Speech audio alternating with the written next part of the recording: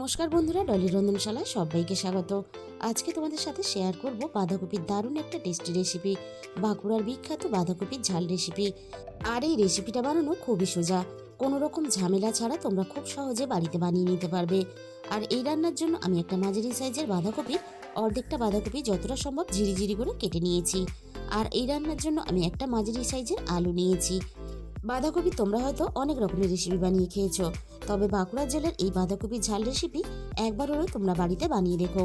এই রান্নাটা যেমন সোজা তেমনই কিন্তু খুব টেস্টি হয়। আর এই রান্নার জন্য আলু কিন্তু আমি ঠিক এরকম লম্বা লম্বা করে কেটে নেব। প্রথমে মাঝখান থেকে কেটে নিয়ে তারপর যতটা সম্ভব একটু লম্বা লম্বা করে এরকম একটু পাতলা করে কেটে নিতে হবে। আর এই রান্নার জন্য আমি একটা মাঝারি সাইজের পেঁয়াজ নিয়েছি। পেঁয়াজটাকে আমি প্রথমে মাঝখান থেকে অর্ধেক করে কেটে নিয়ে একটু মোটা রেখে ঠিক আলুর মতোই আমি লম্বা করে কেটে নেব। এই রান্নার জন্য পেঁয়াজ কিন্তু একেবারে ঝিরিঝিরি করে কাটার দরকার নেই। আর এই রান্নাতে আলু আর পেঁয়াজের পরিমাণটা তোমরা তোমাদের নিজেদের মতো করে ব্যবহার করতে পারো। পেঁয়াজটাকে দেখো আমি ঠিক লম্বা লম্বা করে একটু মোটা রেখে কেটে নিলাম। তাহলে চলো রান্নাটা আমি কিভাবে করেছি সেটা দেখে নেওয়া যাক। বাঁধাকপিটা কড়াইয়ের মধ্যে দিয়ে আমি গ্যাসের মধ্যে কড়াইটাকে বসিয়ে দিয়েছি। বাঁধাকপিটা যাতে তলা থেকে লেগে পড়ে না যায় তার জন্য আমি হাফ বাটির মতো জল দিয়ে দিলাম। এবারে আমি বাঁধাকপির সাথে কেটে রাখা সবজিগুলো আর কিছু মশলা দিয়ে দেব। প্রথমে আমি কেটে রাখা আলুগুলো দিয়ে দিলাম। এবার আমি কেটে রাখা পেঁয়াজগুলো দিয়ে দিলাম। আর এই রান্নাটা কেউ কিন্তু স্কিপ করে দেখো না, তাহলে আমি রান্নাটা কিভাবে করেছি সেটা মিস হয়ে যাবে। এবার আমি এখানে দিয়ে দিলাম রান্নার প্রয়োজন মতো আদার টুকরো আর সাথে 4 টুকরো রসুন। আর সাথেই আমি এখানে দিয়ে দিলাম ঝালের জন্য 2টো চেরা কাঁচা লঙ্কা।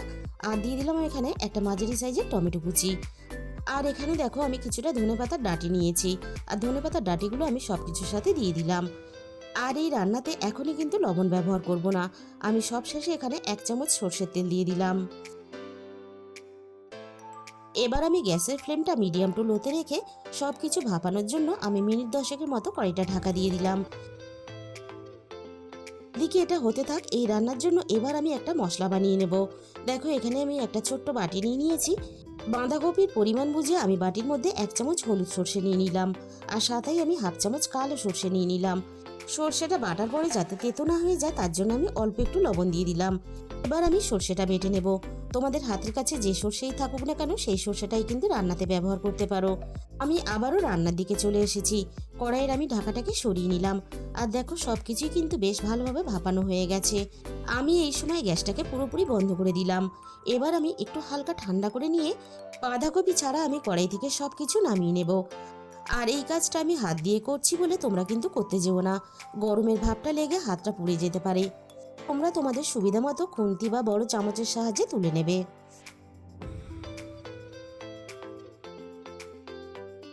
আমি বাঁধাকপি ছাড়া সবকিছুই কড়াই থেকে নামিয়ে নিলাম। আর দেখো বাঁধাকপিটা একটু ভাপিয়ে নেওয়ার জন্য বাঁধাকপি থেকে কিন্তু অনেকটা জল ছেড়ে দিয়েছে। বাঁধাকপির এই জল সমেত আমি কড়াই থেকে এবার নামিয়ে নেব। তার আগে আমি তোমাদের দেখিয়ে দেব বাঁধাকপির সাথে আমি যে মশলাগুলো ভাপিয়ে নিয়েছিলাম, আমি পেঁয়াজগুলোকে তুলে নিয়েছি আর সাথে অল্প একটু টমেটো টুকরো তুলে নিয়েছি। এবার আমি এগুলোকে বেটে নেব। কড়াইটা আমি খুব ভালোভাবে ধুয়ে পরিষ্কার করে আবারও আমি গ্যাসের মধ্যে বসিয়ে দিয়েছি। এবার আমি কড়াইয়ের মধ্যে 2 চামচ সর্ষের তেল দিয়ে দিলাম। এই রান্নাটা আমি খুব বেশি তেলে করব না, যতটা সম্ভব তেল কম ব্যবহার করা যায় সেইভাবেই কিন্তু আমি রান্নাটা করে নেব।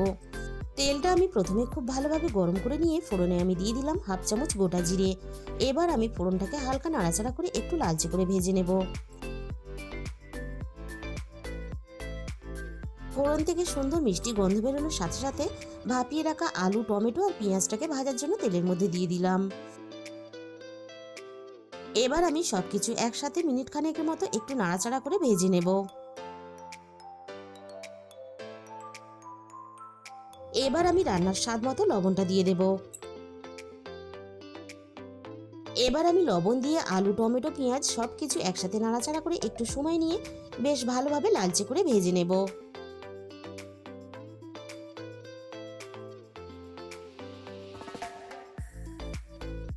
6-7 মিনিটের মতো আমি সবকিছু একসাথে নাড়াচাড়া করে দেখো বেশ লালচে করে ভেজে নিয়েছি। এবার আমি রান্নার মধ্যে মশলা দিয়ে দেব। যে ভাপিয়ে রাখা মশলাগুলো আমি একসাথে বেটে নিয়েছিলাম সেটা আমি দিয়ে দিলাম। আর সাথে মশলার বাটি ধুয়ে অল্প একটু জল দিয়ে দিলাম। এবার আমি মশলাটাকে সবকিছুর সাথে নাড়াচাড়া করে একটু কষিয়ে নেব। বন্ধুরা, তোমরা যদি এইভাবে বাঁধাকপি কখনো রান্না করে না থাকো, তাহলে এই শীতের মধ্যে একদিন হলেও তোমরা ট্রাই করে দেখো। এই রান্নার স্বাদ কিন্তু সম্পূর্ণ আলাদা হয়। তোমরা যদি এইভাবে একবার বানাও তাহলে কিন্তু তোমাদের বারবার বানাতে ইচ্ছে করবে। সব কিছু আমি খুব ভালোভাবে কষিয়ে নিয়েছি। এবার আমি অল্প একটু জল দিয়ে দিলাম যাতে মশলাগুলো দেওয়ার সাথে সাথে পুড়ে না যায়। আর এই রান্নাতে খুব বেশি কিন্তু মশলার ব্যবহার হয় না। আমি দিয়ে দিলাম রান্নার প্রয়োজন মতো হলুদের গুঁড়ো। আর এই রান্নাটা যেহেতু একটু ঝালঝাল হয়, তাই আমি আরও একটু অল্প লঙ্কার গুঁড়ো দিয়ে দিলাম। তবে ঝালের পরিমাণটা অবশ্যই নিজেদের স্বাদ মতো ব্যবহার করবে। এবার আমি গুঁড়ো মশলাটা সব কিছুর সাথে নাড়াচাড়া করে খুব ভালোভাবে মিশিয়ে দেব। আর সব কিছুর সাথে খুব ভালোভাবে একটু সময় নিয়ে কষিয়ে নেব। মিনিট পাঁচেকের মতো আমি সবকিছু একসাথে নাড়াচাড়া করে খুব ভালোভাবে কষিয়ে নিয়েছি। এবার আমি রান্নার মধ্যে বেটে রাখা সর্ষেটাকে দিয়ে দিলাম। এবার আমি ঠিক একইভাবে সর্ষেটাকেও নাড়াচাড়া করে সবকিছুর সাথে খুব ভালোভাবে মিশিয়ে দেব। তবে সর্ষে কিন্তু আমি খুব বেশি কষাবো না, শুধুমাত্র আমি একটু নাড়াচাড়া করে খুব ভালোভাবে মিশিয়ে নিলাম। এবার আমি ভাপিয়ে রাখা বাঁধাকপিটা জল সমেত দিয়ে দিলাম।